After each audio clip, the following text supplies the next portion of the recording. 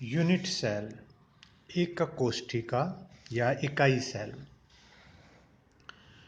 त्रिविम जालक में बिंदुओं को रेखा द्वारा जोड़ा जाता है तो संपूर्ण संरचना छोटी छोटी त्रिविम इकाइयों 3 डायमेंशनल यूनिट में विभाजित हो जाती है। इन इकाइयों को यूनिट सेल्स कहते हैं। अतः एकक कोशिका वह इकाई है जिसे त्रिविम में बार बार दोहराने पर क्रिस्टल की बाह्य संरचना प्राप्त होती है।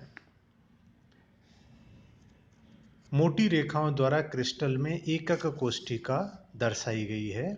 यह बात ध्यान में रखनी चाहिए कि क्रिस्टल में एकक कोशिका का चयन स्वेच्छा से किया जाता है, परंतु उसे जालक की सममितता सिमेट्री ऑफ द लैटिस तथा क्रिस्टल की बाह्य ज्यामिति एक्सटर्नल ज्योमेट्री व्यक्त करने वाला होना आवश्यक है। एक जालक की 3 एकक कोशिकाएं दिखाई गई हैं। एकक कोशिका के तीनों किनारों की लंबाई ए, बी तथा सी प्रिमिटिव ट्रांसलेशंस कहलाते हैं। इनके अतिरिक्त एकक कोशिका को व्यक्त करने के लिए अक्षों के बीच में कोण अल्फा, बीटा तथा गामा का ज्ञात होना भी आवश्यक है।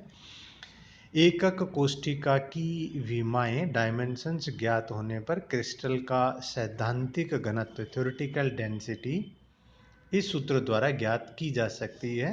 Density rho will be equal to n capital M divided by NV, जहां पर कि n यूनिट सेल में नंबर ऑफ पार्टिकल्स हैं, कैपिटल M अणु भार है, मोलिकुलर वेट है, और V एक यूनिट सेल का आयतन है, रो सैद्धांतिक घनत्व तथा n आवागाद्रो संख्या 6.02 इंटू 10⁻23 है।